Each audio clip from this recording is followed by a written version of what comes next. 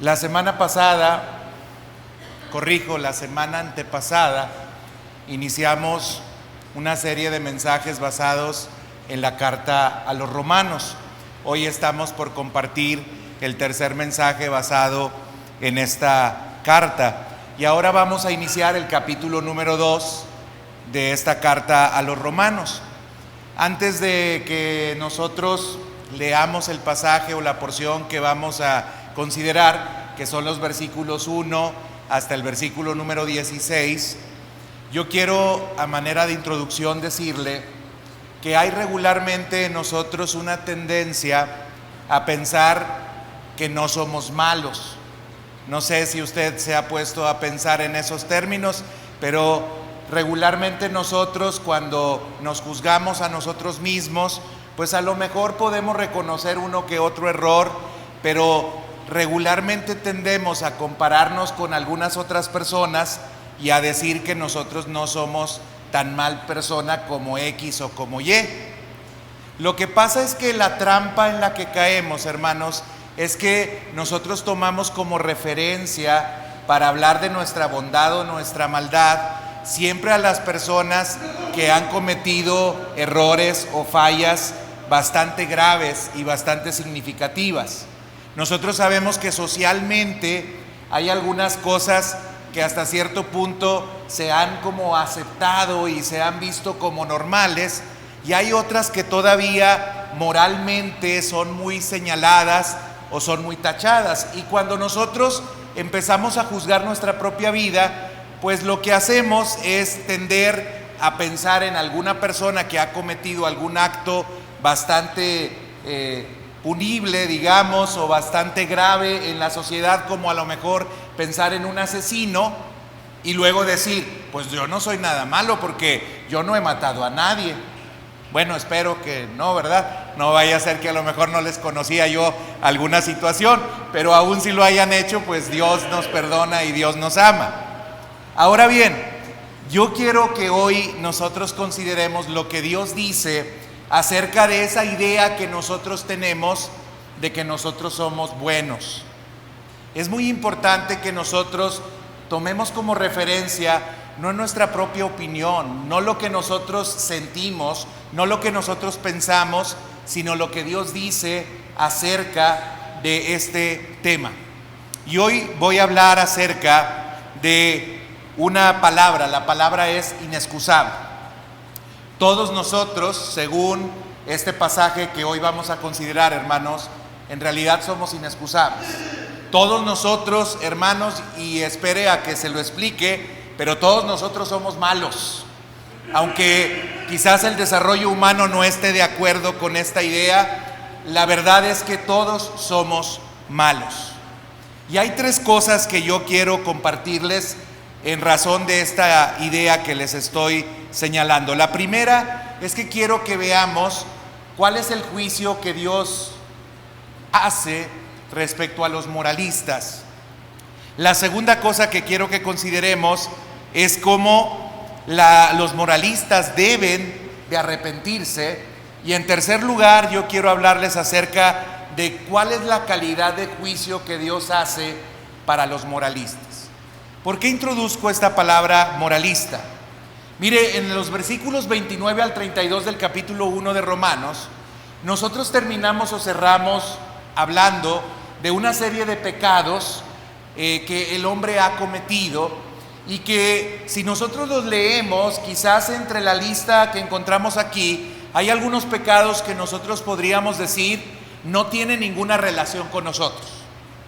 Y el apóstol Pablo, anticipándose a que la carta a los romanos iba a ser leída seguramente por algunas personas que iban a ver esta descripción de pecados y iban seguramente a decir, no, yo no me parezco en nada a la descripción que el apóstol Pablo está dando.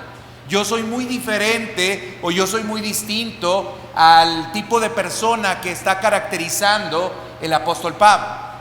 Y entonces Pablo se anticipa, y en el capítulo número 2, como él quiere dejar muy en claro que nosotros somos malos, entonces empieza a declarar algunas cosas que hoy les quiero compartir. Leamos primeramente el versículo 29 al 32 del capítulo 1.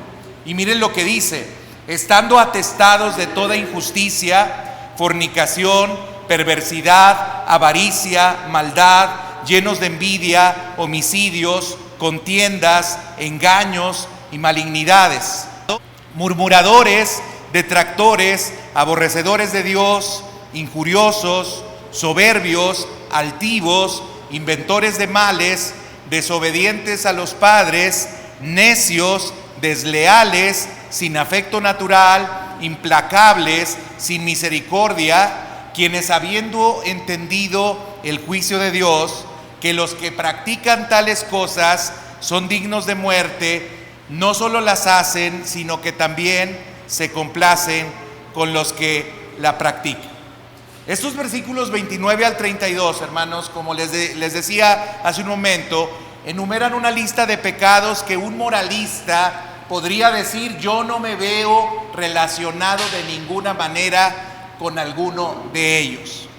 Y esta idea, hermanos, era la idea que regularmente tenían los judíos. Los judíos pensaban que porque habían recibido la ley, entonces por el solo hecho de haber recibido la ley, esto los hacía mejores que las personas que no habían recibido la ley. Como usted sabe, el capítulo 1 nos ha relatado cómo Dios está airado con los que practican el pecado, y se refiere principalmente a un grupo de personas que no han recibido una revelación especial como sí recibió Israel a través de su palabra, sino que recibió solamente una revelación a través de las cosas creadas. Sin embargo, ahora el apóstol Pablo fija su mente en el moralista judío y le hace ver que a pesar de que él conoce la ley, él también es culpable. Los judíos, y especialmente los fariseos, hermanos, creían que tenían una estatura espiritual muy distinta al mayor de las personas. Incluso el mismo Jesús, si usted recuerda, nos muestra una historia para ilustrar esto, cuando habla acerca de la posición de dos hombres, del fariseo y del publicano. Un fariseo que se presenta en el templo para orar, acompañado de un publicano. El publicano está en ese lugar dándose golpes de pecho y diciendo: Señor, ten misericordia de mí, porque soy hombre pecador. Y por otro lado encontramos a un fariseo que está orando y que está diciendo: Señor, yo te doy muchas gracias, porque no soy como este publicano. Yo ofrendo, yo sí ayuno, yo sí cumplo con los deberes que debemos de cumplir nosotros los judíos. Esto, hermanos, era muy común entre los judíos. Incluso había algunas frases que se habían acuñado en ese tiempo para hablar acerca del orgullo que sentía Israel, y ellos llegaban a decir: de todas las naciones, Dios ama a Israel solamente. O algunos decían: Dios juzgará a los gentiles con una vara y a los judíos con otra vara muy distinta. O había otra frase que ellos utilizaban que decía: los que son de la simiente de Abraham, según la carne, tendrán parte en el reino de Dios de todas maneras. Incluso, fíjense lo que decía, incluso si son pecadores, incrédulos y desobedientes hacia Dios. Esa idea era la que tenían los judíos. Y ¿saben qué, hermanos? Esta idea no ha variado mucho entre los judíos, sobre todo aquellos fundamentalistas de esta época. Por ejemplo, en el 2010, hermanos, hay una declaración hecha por un rabino llamado Obadía Yosef, que dijo que los no judíos solo existen para servir a los judíos. Y también dice que los no judíos son como si fuesen burros. O sea que ahí vamos incluidos nosotros. Hay una disculpa, hermanos, pero no lo dije yo, lo dijo este personaje. Este orgullo es el orgullo que tenían los judíos y que siguen teniendo los judíos. Pero no solamente los judíos, hermanos, a veces son orgullosos y ven a las personas como inferiores. Mire, en el caso de los romanos también pasaba lo mismo. Había un hombre que se llamaba Séneca. Séneca es un filósofo bastante importante, considerado como un filósofo estoico. Los estoicos decían o creían en el determinismo, creían que todas las cosas ya estaban dadas y que ellos entonces tenían que aceptar lo que les tocaba vivir, cualquiera que fuera la situación, sin ningún tipo de sufrimiento, porque finalmente nada podían hacer para cambiar lo que les tocaba vivir. Pero también los estoicos, y particularmente Séneca, era considerado como una persona muy moral. De hecho, era considerado como un maestro de moral y fue el tutor de un emperador que se llamó Nerón. Séneca tenía una idea muy dura respecto a los vicios. Él consideraba que los vicios eran perjudiciales tanto para la mente como para el cuerpo, y él escribió incluso unas cartas en las cuales él se refería a un discípulo suyo que se llamaba Lucilio. Y cuando escribió estas cartas a Lucilio, él le hacía ver lo malo que eran los vicios. Incluso, hermanos, había muchos cristianos que admiraban mucho a Séneca porque consideraban que era una persona que promovía los buenos valores y la moral, y sobre todo promovía la unidad entre la familia. Sin embargo, hermanos, este hombre tenía ciertas contradicciones. A pesar de que podía escribir largas cartas hablando acerca de moralidad, luego su moralidad no era tan clara cuando se refería a sí mismo. Es decir, él podía hablar de los vicios de los demás, él podía señalar lo que estaba mal en los demás, pero él no se observaba a sí mismo ni trataba de vivir de la misma manera en la cual decía que los demás tenían que vivir. Por ejemplo, a él le tocó vivir una experiencia en la cual, como él era senador, resulta que uno de los emperadores, que se llamaba Claudio, empezó a creer que este hombre conspiraba contra él. Y entonces, primeramente, lo exilió. Y después de haberlo exiliado, estaba considerando la posibilidad de matarlo. Y este hombre insistía mucho en que lo perdonara el emperador Claudio, lo cual iba contrario a lo que él pensaba o creía, porque, como les dije, él era estoico y él consideraba que todas las cosas estaban determinadas y nada teníamos que hacer para evitarlas. Así es que lo natural era que él fuera a la muerte sin chistar, sin decir nada, sin tratar de evitar la muerte, porque el estoicismo eso predicaba y él predicaba también eso. Pero no solamente cuando hablamos acerca de estos vicios se podía juzgar a este hombre llamado Séneca. Por ejemplo, él también era una persona que era muy proclive a buscar mujeres casadas para tener relaciones con ellas. Así es que era bastante conocido como una persona adúltera. Sin embargo, cuando él escribía sus cartas, obviamente que escribía muy fuertemente en contra del adulterio. Y no solamente podríamos pensar en personajes como estos, que ya no son judíos, sino incluso podríamos pensar en otros como Nerón. Nerón, un emperador que fue discípulo precisamente de Séneca, pero fue, hermanos, uno de los hombres más petulantes, más lujuriosos, más avariciosos y más crueles de lo que ustedes se imaginan. Mire, él estuvo casado en múltiples ocasiones y, por ejemplo, la primera vez se casó con una mujer que se llamaba Octavia y la segunda vez se casó con una mujer que se llamaba Popea Sabina. Bueno, a la primera, que se llamaba Octavia, la hizo primeramente desterrar y luego la mandó matar tan solo porque Octavia era estéril. Luego se dice que en el caso de Popea también la mató y mató al producto del cual ella estaba embarazada, porque resulta que ella se sintió mal y salió de una competencia, una carrera que había, se salió de allí y dejó de acompañarlo, y Nerón se enojó tanto que lo haya dejado solo su mujer, que entonces la agarró a patadas hasta que la mujer murió y también su hijo murió. Nerón era tan terrible que, por ejemplo, hasta tuvo relaciones incestuosas con su propia madre. Nerón era tan terrible que fue un asesino, que fue bisexual. No solamente tenía relaciones con muchas mujeres, sino tuvo relaciones con muchos hombres, Era una persona bastante perversa, que incluso luego también mandó matar a su propia madre porque pensaba que su madre estaba conspirando contra él. Ahora, noten que estas personas que hacían todas estas cosas, ellos consideraban que eran muy buenas personas. Imagínense ustedes, un Nerón del cual he narrado todas estas características, creyéndose como que es bueno, o una persona como Seneca que pensaba que era bueno, o incluso las personas en las cuales está pensando el apóstol Pablo, a los cuales les está escribiendo y que les está diciendo: ¿saben qué? Quizás ustedes también creen que son muy buenos.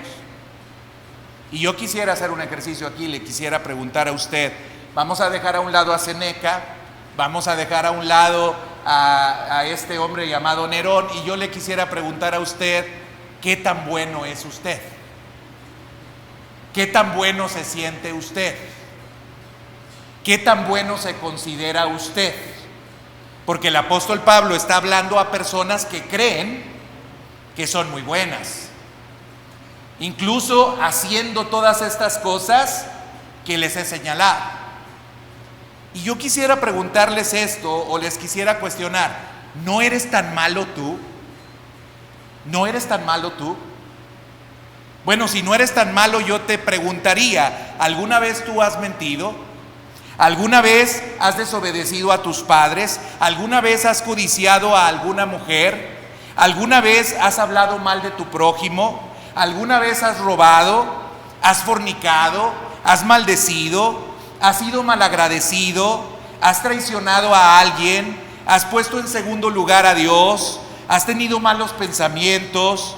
¿Has golpeado a alguien? ¿Te has emborrachado alguna vez? ¿Has sido perezoso? ¿Has juzgado a alguna persona? ¿Has dejado de orar? ¿Has dejado de leer la Biblia? ¿Te has dejado de congregar? ¿Eres desobediente a tus pastores? ¿Has sido tacaño o avaricioso? ¿Eres egoísta? ¿Has codiciado algo? ¿No has perdonado a alguien a pesar de que ella ya te ha pedido perdón? ¿Te has rehusado a ayudar a alguien aun cuando tienes la oportunidad de hacerlo? ¿Has dicho chismes? ¿Has dejado de usar tus dones para servir a Dios y al cuerpo de Cristo? ¿Te has apartado de los demás porque sientes que los demás no están a tu altura, a tu estatura? ¿Has adulterado? ¿Vives amargado? ¿No te gusta trabajar? ¿No has sido responsable con tus obligaciones como padre, como esposo o como hijo? ¿Te has aprovechado de la necesidad de alguien? ¿Le has retenido el salario a alguna persona? ¿Has pedido prestado a alguien y no se lo has devuelto? No sé si alguno haya caído en estas propuestas que les he señalado. Si quieren les doy una lista más larga. A lo mejor hasta ahí ni una palomita llevan. A lo mejor hasta ahí todavía siguen diciendo: no, yo soy muy bueno, pastor. Ninguna de estas. Siempre obedeciendo a mi papá. Desde que era chiquito, mi papá me decía: a las 8 se va a ir a dormir, y a las 8 yo me iba a la cama y me dormía. No solamente me iba a la cama, me dormía. En ese momento estaba programado, a las 8 yo me dormía. Yo jamás, ni en la adolescencia, ni cuando andaba con dificultades en mi ánimo, me peleé con alguien ni golpeé a nadie. No, yo no soy así, yo no soy peleonero. Jamás en mi vida he probado el alcohol. No sé de qué me está hablando, no lo conozco, ni lo he conocido, ni lo conoceré jamás. A lo mejor algún varón dice: no, yo jamás he visto a una mujer de una manera inadecuada, yo siempre la veo de manera correcta. Quizás podrían decir: no, ya sabes que yo he perdonado a todas las personas, no tengo atravesado a nadie. Yo a todos, me hayan hecho cosas buenas, malas, regulares, muy graves o no tan graves, a todas las perdono porque yo soy muy buena persona. Me dicen que soy como un pan.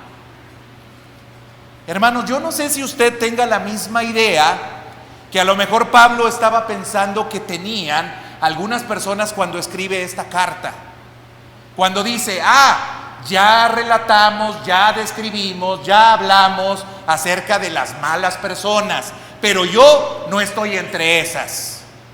Yo soy diferente, yo soy distinto. Pero ahora vamos al capítulo 2 y vemos en el versículo 1 lo que responde el apóstol Pablo a las personas que pensaban así, y les dice: por lo cual eres inexcusable. Oh hombre, quien quiera que seas tú que juzgas, pues en lo que juzgas a otro te condenas a ti mismo, porque tú que juzgas haces lo mismo. Mas sabemos que el juicio de Dios contra los que practican tales cosas es según verdad. Y piensas esto, oh hombre, tú que juzgas a los que tal hacen y haces lo mismo, que tú escaparás del juicio de Dios. Hermanos, el apóstol Pablo nos aterriza en un ratito. No batalla mucho para bajarnos las ínfulas o para que nosotros nos sigamos sintiendo que somos muy buenos, porque luego de que hace esta descripción prácticamente en un lenguaje a lo mejor más cotidiano, el apóstol Pablo nos está diciendo: no te hagas, tú eres igual. No te hagas, tú que andas señalando a los demás y que te sientes muy recto, eres igual que esas personas. No te hagas, tú que caminas muy derechito y que te sientes muy justo, eres exactamente igual que esas personas y has cometido exactamente las mismas faltas que según tú te escandalizan y que según tú son muy malas y que tú jamás las podrías hacer. Hermanos, lo que nosotros juzgamos a los demás, nosotros también lo hacemos. En lo que nosotros ponemos el dedo para acusar, hermanos, nosotros también nos hacemos culpables. A veces, hermanos, nos sentamos en la iglesia y creemos que los mensajes incluso ni siquiera son para nosotros. Simplemente es escuchar el mensaje pues para corroborar lo que yo ya sé, corroborar lo que yo ya vivo, corroborar lo que yo aplico. Pero a veces nos sentamos en la iglesia y creemos que eso de lo cual está hablando el pastor pues debe de ser para otro, para mí no. Y a veces hasta nosotros pensamos: híjole, ¿cómo hoy faltó el hermano hombre? Este hermano que no me acuerdo del nombre, pero se ve que es así igualito, hagan de cuenta, me lo está describiendo el pastor justamente, para él era el sermón, para él era el mensaje, pero para mí no, yo no soy así. Pablo nos aterriza y les dice lo que Jesús nos dijo o lo que Jesús enseñó cuando dice: ¿quién eres tú que miras la paja en el ojo de tu hermano y no miras la viga que está en tu ojo? No te das cuenta de la gravedad del pecado que tú cometes, pero sí estás observando las minucias o estás viendo cosas muy pequeñas en la vida de los demás. ¿Saben por qué hacemos esto, hermanos? Hacemos esto porque siempre buscamos tranquilizar nuestra conciencia. Hacemos esto porque duele mucho el darnos cuenta de cuál es nuestra condición. Porque duele mucho el darnos cuenta de lo alejados que estamos de Dios. Y entonces preferimos engañarnos a nosotros mismos y creer entonces que nosotros estamos muy bien. Pero yo quiero decirte, hermanos, Dios sabe lo mentiroso que eres. Dios sabe que no obedeces a tus padres. Dios sabe cómo ves a las mujeres y también sabe que ves pornografía. Dios sabe que has hablado mal de las personas. Dios sabe lo que te has robado.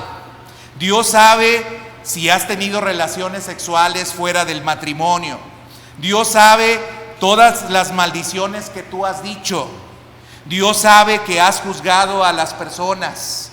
Dios sabe lo malagradecido que has sido.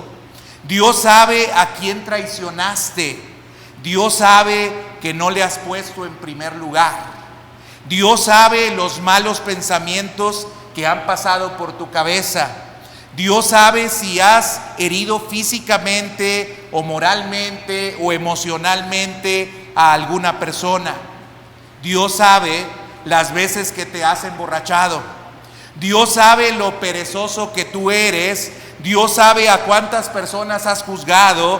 Dios sabe que has dejado de orar. Dios sabe que no lees la Biblia. Dios sabe que no te congregas con regularidad y que eres desobediente a tus pastores.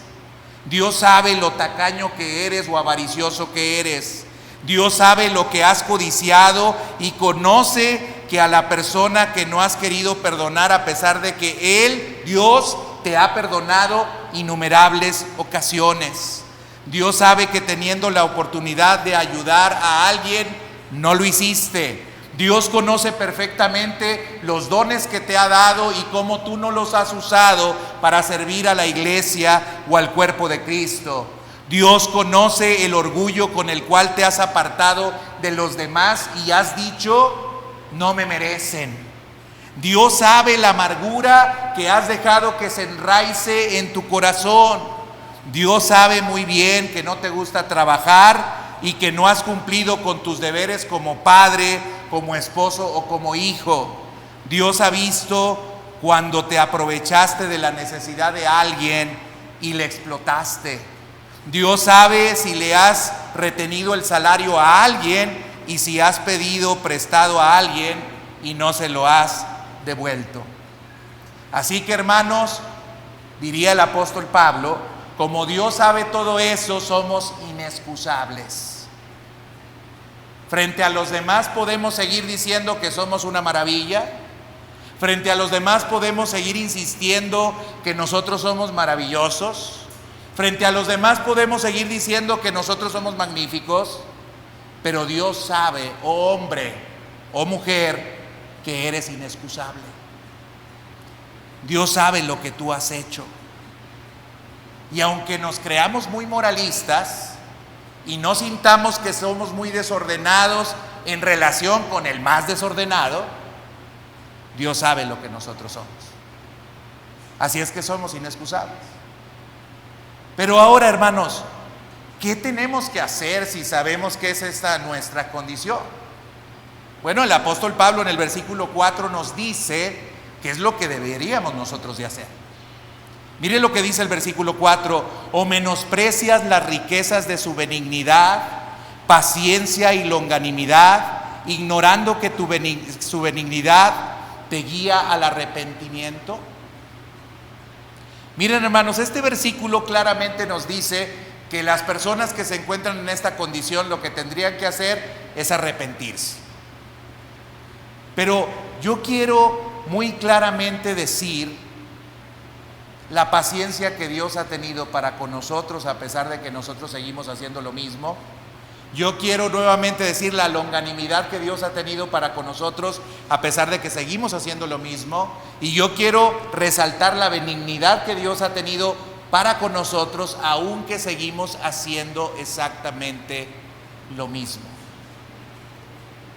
El apóstol Pablo dice, y podríamos nosotros entender la benignidad como la bondad de Dios hacia nosotros en cuanto a los pecados pasados que nosotros hemos cometido.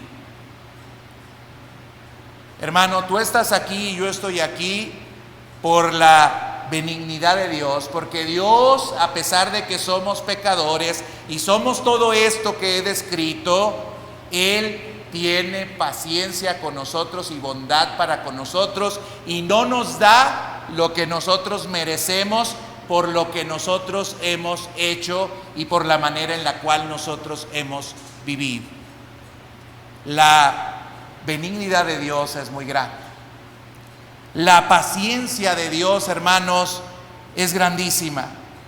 Dios, a pesar de que ya nos vio en el tiempo pasado y se dio cuenta de todos los errores que nosotros cometimos, ahora sigue siendo paciente cuando seguimos cometiendo exactamente los mismos errores que cometimos anteriormente.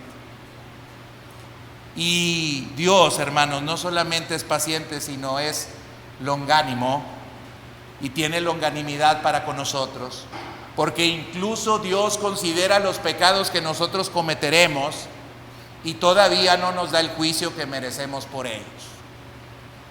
Hermanos, pero hay un problema a veces con nosotros. A veces somos pero tan, ¿cómo podría decirlo? Me parece que a veces somos demasiado sinvergüenzas. Estaba buscando una palabra menos fuerte, pero esa es la verdad. Somos demasiado sinvergüenzas. ¿Por qué, hermanos? Porque aprovechándonos de la benignidad de Dios, aprovechándonos de la paciencia de Dios, aprovechándonos de la longanimidad de Dios, hermanos, no cambiamos el rumbo o la dirección que nosotros estamos siguiendo. Nos acomodamos y decimos, como no ha pasado nada, a pesar de que soy adúltero, sigo adulterando. Como no ha pasado nada, a pesar de que soy mentiroso, sigo mintiendo. Como no ha pasado nada grave, a pesar de que tengo un hábito por el alcohol, me sigo emborrachando. Como no ha pasado nada grave, a pesar de que yo abuso físicamente de otra persona y la persona ni se queja, ni me denuncia, ni pasa nada, puedo seguir haciéndolo. Y hay muchas personas, hermanos, que piensan así, malentienden la benignidad de Dios, malentienden la paciencia de Dios, malentienden la longanimidad de Dios. Y muchos de ellos, hermanos, a veces estamos sentados aquí en la iglesia. Creemos que podemos eternamente seguir pecando.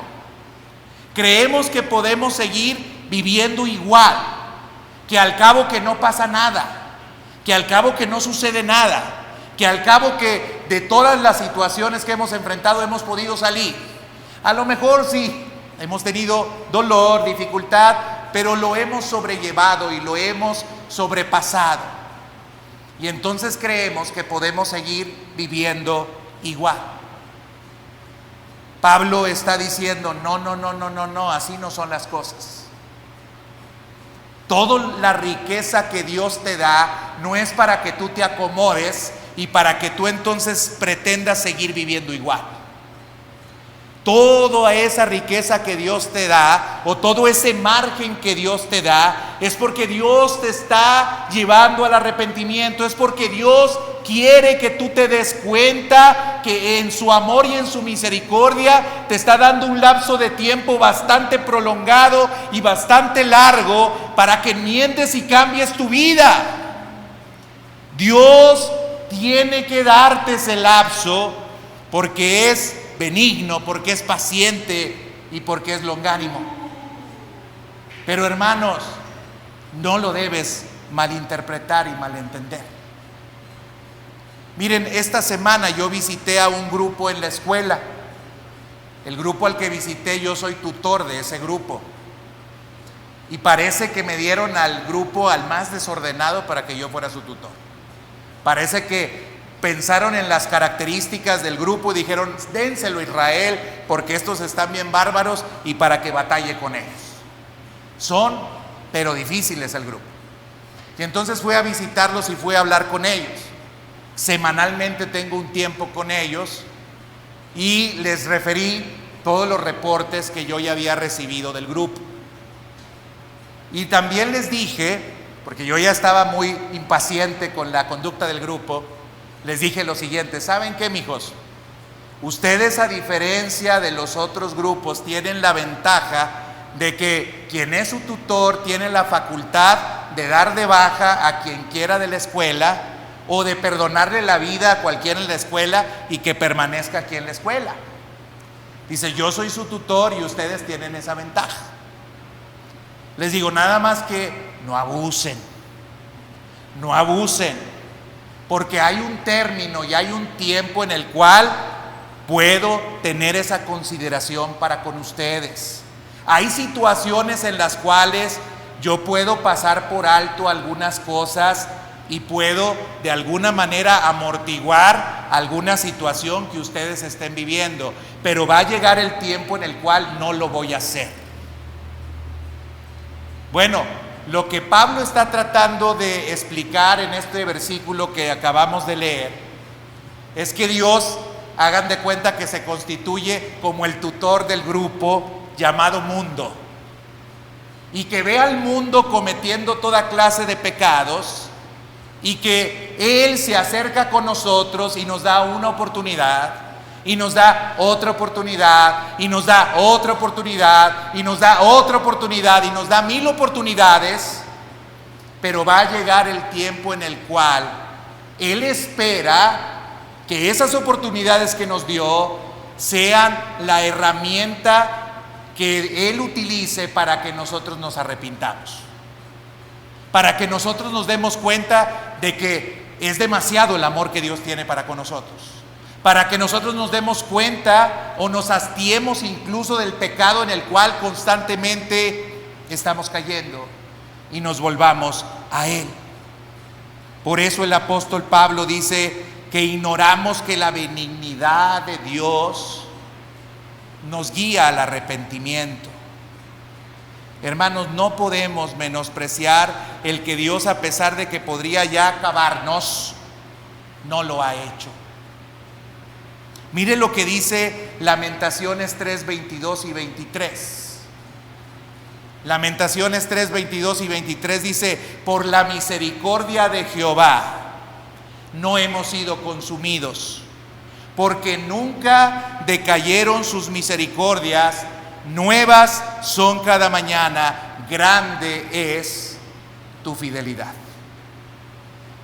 Escuche lo que leí: por la misericordia de Jehová nosotros no hemos sido consumidos, porque no decayeron jamás sus misericordias, porque nuevas son cada mañana sus misericordias, grande es su fidelidad.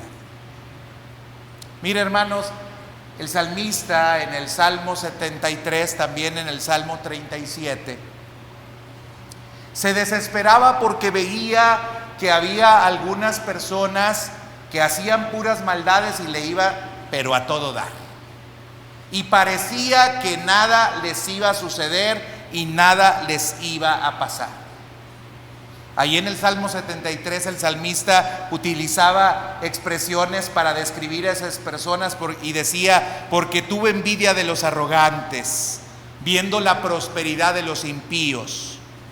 No se atribulan por su muerte, pues su vigor está entero. Dice el versículo 5: no pasan trabajos como los otros mortales, ni son azotados como los demás por el hambre. Y en los versículos 9 y 17 dice: ponen su boca contra el cielo y su lengua pasea la tierra. Pero finalmente dice en el versículo 17 del Salmo 73 el salmista: hasta que entrando al santuario de Dios comprendí el fin de ellos. Y ese fin, hermanos, no solamente es el fin de los que describe el salmista, ese es el fin que tú y yo podemos tener si no entendemos que la paciencia de Dios, la longanimidad de Dios, la benignidad de Dios se muestra para con nosotros, esperando que nosotros nos arrepintamos. Y arrepentimiento, hermanos, significa el dar un giro de 180 grados, y si ibas en una dirección, ahora vayas en una dirección completamente opuesta. Pero yo quiero preguntarte sinceramente, hermano, ¿eres radical? ¿Eres radical con el pecado? ¿O has convivido con el pecado por años? Tú sabes cuál es el pecado que has cometido una vez, otra vez y otra vez, y lo sigues cometiendo. Bueno, el apóstol Pablo dice: necesitas ser guiado al arrepentimiento. Necesitas ser guiado al arrepentimiento. Dios ha sido para con nosotros mucho mejor de lo que nosotros nos merecemos. Dios nos ha mostrado su benignidad cuando a veces nosotros la hemos ignorado, hermanos. Dios ha mostrado su bondad cuando a veces nosotros nos hemos burlado de ella. Dios, hermanos, no es un amo cruel, y a veces nosotros nos hemos aprovechado de ello. Sin embargo, hermanos, quien elige seguir viviendo en pecado enfrentará inevitablemente el juicio. No menosprecies, hermano, o malinterpretes la benignidad, la paciencia y la longanimidad de Dios. No lo hagas, porque en cualquier momento se acabará y tendrás que enfrentar el juicio. La riqueza de su benignidad, paciencia y longanimidad, hermanos, nos puede y nos debe de guiar al arrepentimiento. El predicador inglés Charles Spurgeon decía en relación a esto: a mi parecer, cada mañana cuando un hombre despierta a un impenitente y se encuentra a sí mismo fuera del infierno, la luz del día parece decir: yo brillo en ti otro día para que en este día te puedas arrepentir. Cuando tu cama te recibe en la noche, me parece que dice: yo te daré descanso de otra noche para que puedas vivir y volverte de tus pecados, para que confíes en Jesús. Cada bocado de pan que viene a la mesa dice: yo tengo que sostener tu cuerpo para que puedas tener espacio para arrepentirte. Cada vez que tú abres la Biblia, las páginas te dicen: nosotros hablamos contigo para que te puedas arrepentir. Cada vez que escuchas un sermón, si fuera tal sermón que Dios nos dejara predicar, te suplica que te vuelvas al Señor y que vivas. Dios es paciente, hermanos, pero Dios va a juzgar. Y va a juzgar a los moralistas. Mira lo que dice enseguida el versículo número 6. Habrá un juicio para los moralistas. Y dice: pero por tu dureza y por tu corazón no arrepentido, atesoras para ti mismo ira para el día de la ira y de la revelación del justo juicio de Dios, en el cual pagará a cada uno conforme a sus obras. Vida eterna a los que, perseverando en bien hacer, buscan gloria y honra e inmortalidad, pero ira y enojo a los que son contenciosos y no obedecen a la verdad, sino que obedecen a la injusticia. Tribulación y angustia sobre todo ser humano que hace lo malo, el judío primeramente, pero también al griego. Pero gloria, honra y paz a todo el que hace lo bueno, al judío primeramente y también al griego, porque no hay acepción de personas para con Dios. Porque todos los que sin ley han pecado, sin ley también perecerán, y todos los que bajo la ley han pecado, por la ley serán juzgados. Porque no son los oidores de la ley los justos ante Dios, sino los hacedores de la ley serán justificados. Porque cuando los gentiles que no tienen ley hacen por naturaleza lo que es de la ley, estos, aunque no tengan ley, son ley para sí mismos, mostrando la obra de la ley escrita en sus corazones, dando testimonio su conciencia y acusándoles o defendiéndoles sus razonamientos, en el día en que Dios juzgará por Jesucristo los secretos de los hombres conforme a mi evangelio. Fíjense qué interesante sección, Pablo primeramente nos mostró a los moralistas que nos creemos muy buenos, que no somos nada buenos. Luego nos advirtió que Dios ha tenido misericordia de nosotros y ha sido paciente con nosotros para que nos arrepintamos.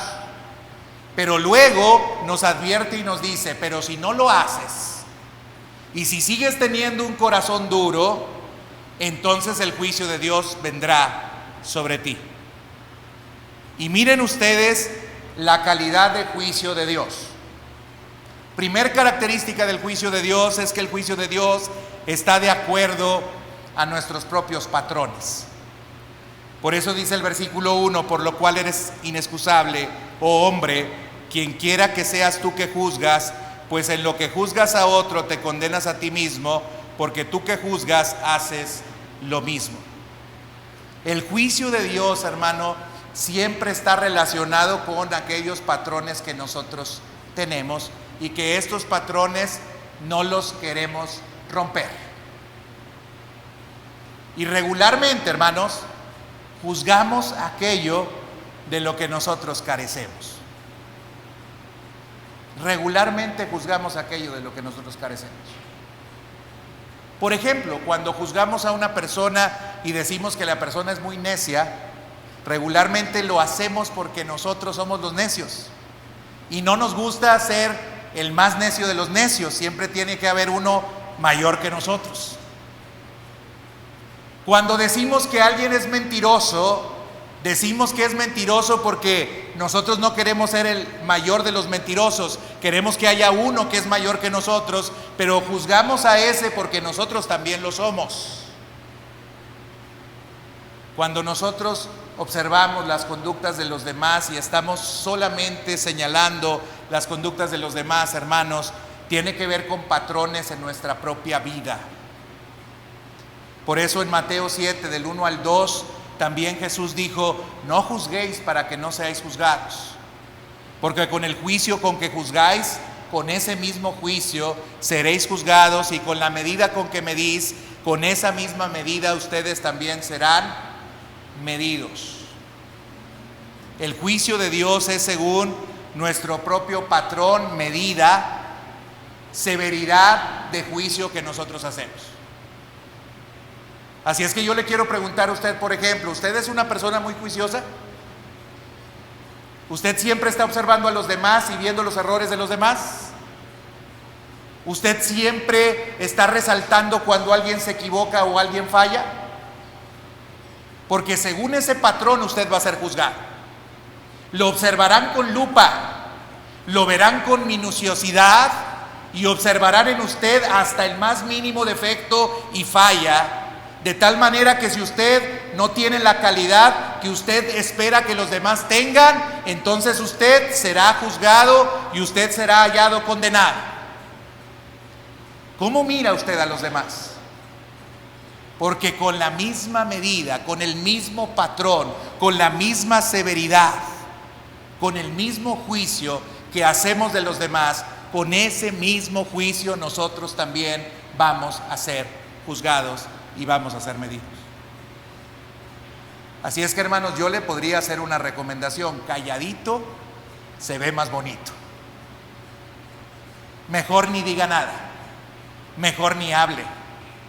Si pudiera no pensar, no piense. No piense. No permita que esos pensamientos revoloteen.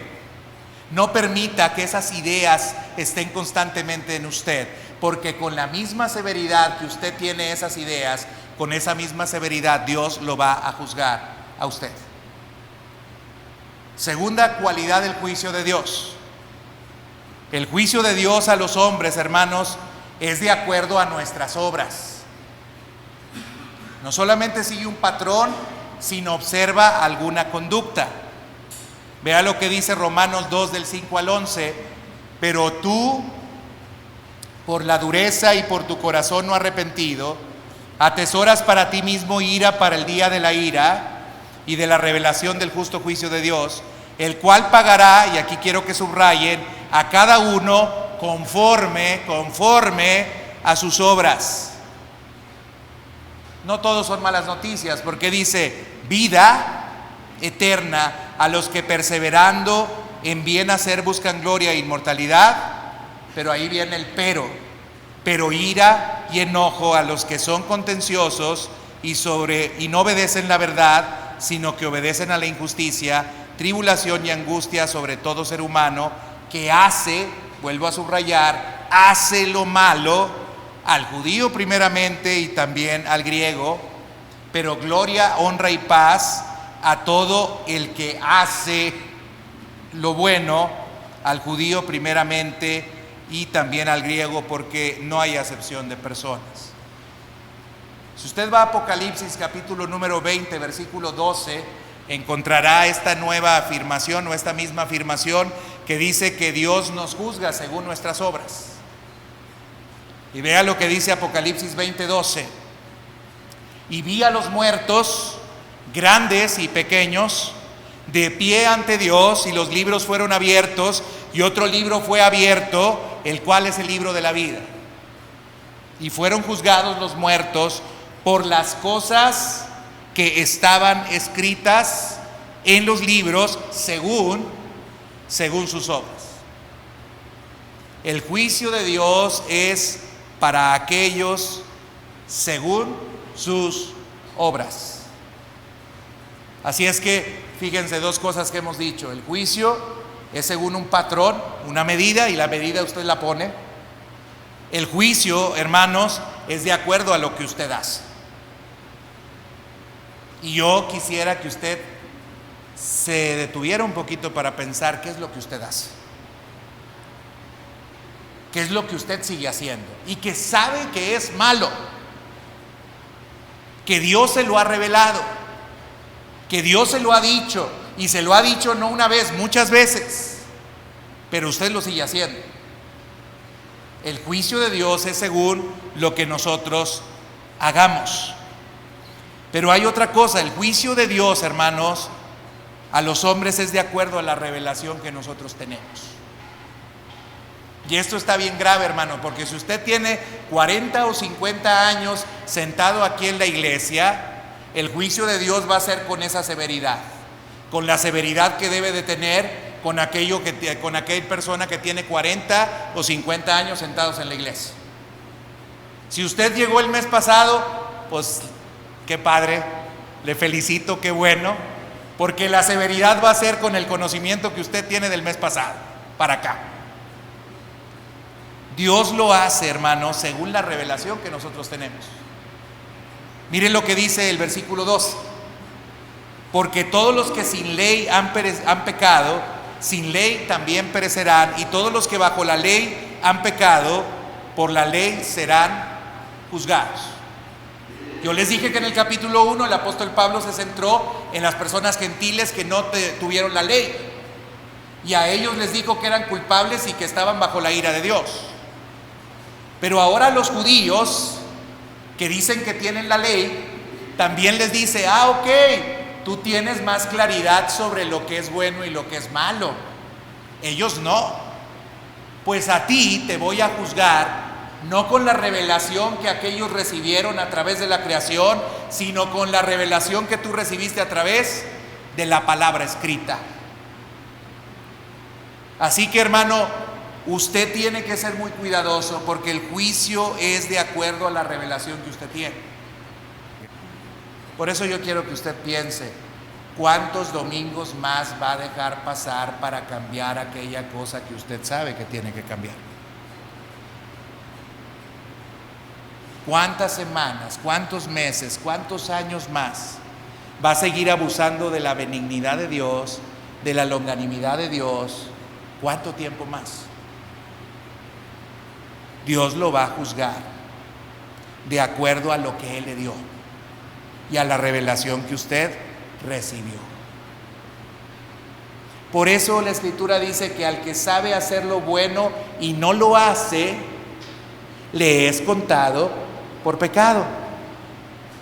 Porque hay cosas que usted ya sabe. ¿Para qué le hace al cuento? Hay cosas que usted ya sabe. Ay, pastor, yo no sabía. Nah, como que no sabía. Lo sabe desde hace 5 años. Le puedo compartir los sermones que le di respecto a ese tema para que me salga con que no sabía. No. Usted tiene una revelación y va a ser juzgado de acuerdo a la revelación que usted tiene. Pero hay otra cosa que usted debe de saber sobre el juicio de Dios. El juicio de Dios, hermanos, es imparcial. Dice el versículo 3, y piensa esto, oh hombre, tú que juzgas a los que tal hacen y haces lo mismo, ¿que tú escaparás del juicio de Dios? Hermanos, muchos han utilizado esta frase, yo soy de los consentidos de Dios. Dios no tiene consentidos, hermanos, porque Dios no hace acepción de personas. Dios va a tratar igual a usted que a mí. Y no me va a dejar pasar a mí nada tan solo porque, ay Señor, pero ¿te acuerdas que en tu nombre eché fuera demonios? ¿Te acuerdas que en tu nombre prediqué? ¿Te acuerdas que en tu nombre, igual que a usted, si yo no tuve una relación con Dios y no fue fiel a Él, me podría decir Dios también a mí? Nunca te conocí. Apártate de mí. Hermanos, Dios no va a hacer una excepción por usted porque usted vino más domingos que otro. Porque algunos piensan que se ganan el cielo así. Señor, yo tengo más méritos porque yo no llevo ni una falta este año. Los 52 domingos del año estuve en la iglesia. Porque sé que mejor es un día en tus atrios que 1000 fuera de ellos. Hay algunos que piensan, no Señor, pues yo la llevo de ganar porque de entre todos los hermanos yo soy el más pudiente y diezmo más. Pues hermano, no hay acepción de personas. Aunque hayas pintado entero el templo, que ya nos hacía falta pintarlo, aunque lo hayas hecho, Dios no hace acepción de personas, ni va a tener una consideración especial por ti, porque tú pintaste todo el edificio. Dios no va a hacer acepción de personas porque estuvieron toda la semana o 2 semanas aquí trabajando en la iglesia. Dios no va a hacer acepción de personas. Según los hechos, según los actos, según la vida que nosotros tengamos, Dios nos va a juzgar, hermanos. El versículo 11 lo vuelve a repetir: no hay acepción de personas para con Dios.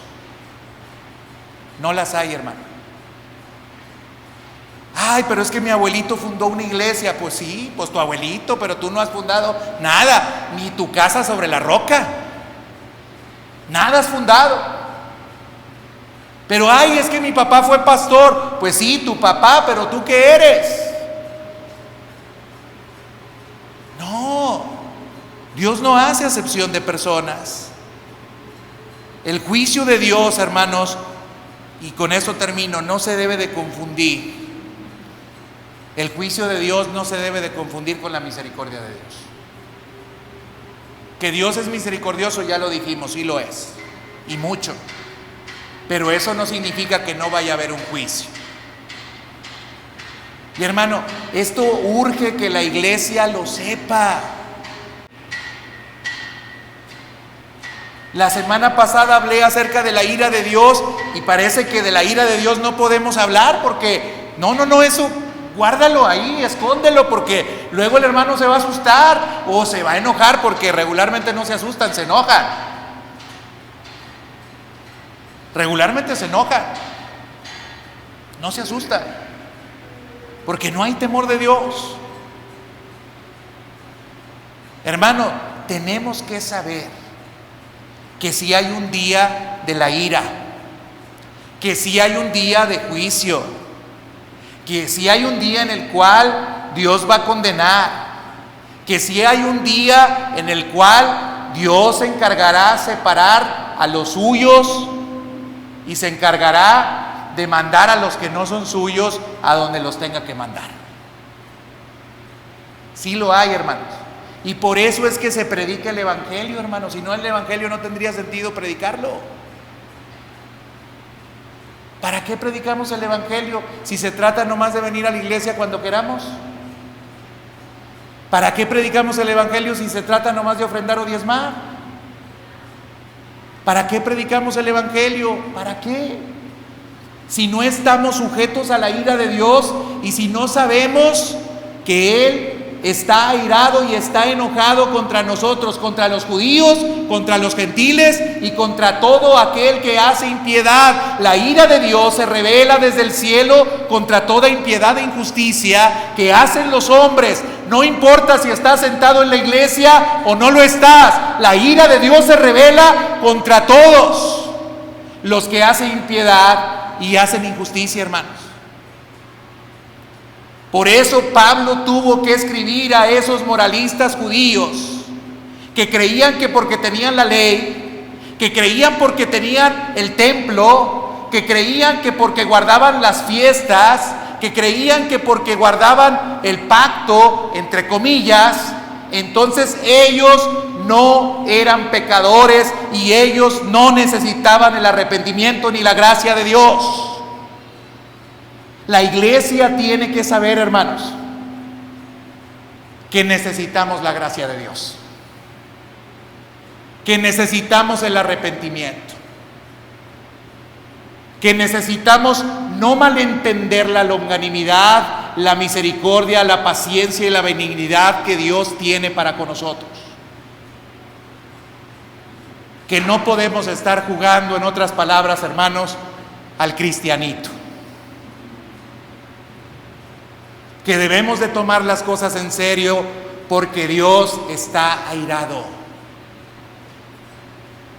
Dios está airado. Ahora yo quiero aclarar una cosa, hermanos. No pretendo de ninguna manera levantar algún tipo de legalismo con lo que les estoy predicando y les estoy enseñando. No les estoy diciendo que usted a través de su conducta se va a salvar. Lo que le estoy diciendo es que la gracia de Dios lo puede salvar y lo salva también del pecado. La conducta santa no viene por el esfuerzo humano ni por la dedicación que tú tengas, viene por la gracia de Dios operando en tu vida. Si te arrepientes de tus pecados, si tienes fe en Él y obedeces a lo que la palabra de Dios dice, entonces vas a andar en santidad. Y no vas a estar bajo la ira de Dios, aun cuando puedas cometer algún pecado. En Efesios aprendimos, hermanos, que por naturaleza éramos en otro tiempo, hijos de ira. Pero ahora somos hijos de Dios. Pero los hijos de Dios viven en santidad. Pero los hijos de Dios obedecen a Dios. Pero los hijos de Dios honran a su Padre. Y lo hacen porque la naturaleza de ellos ha sido cambiada. Porque de modo que si alguno está en Cristo, nueva criatura es. Las cosas viejas pasaron, he aquí todas son hechas nuevas. Así que yo quiero preguntarte si realmente eres una nueva criatura, porque todas las cosas son hechas nuevas cuando vienes a Cristo. No te estoy preguntando si en alguna ocasión tú hiciste una oración a la que le llaman la oración de fe. Te estoy preguntando que si eres una nueva criatura. Te estoy preguntando si verdaderamente te has arrepentido de tus pecados y has creído en Jesús. No te estoy preguntando cuántos años tienes viniendo a una iglesia. No te estoy preguntando cuántos cargos has tenido en la iglesia. No te estoy preguntando cuánto has dado a la iglesia. Te estoy preguntando que si te has arrepentido de tus pecados y has creído en Jesús. Porque si es así, tú debieras de ser una nueva persona y una nueva criatura. Hermanos, claramente, aún el más moral necesita de la gracia de Dios. Yo necesito de la gracia de Dios. Tú necesitas de la gracia de Dios. Necesitamos a Cristo. No hay otra manera, no hay otra forma. Y yo te quiero invitar a que le des la oportunidad a Cristo a través del arrepentimiento y la fe para que tengas esa nueva vida. Te quiero invitar que te pongas de pie para orar.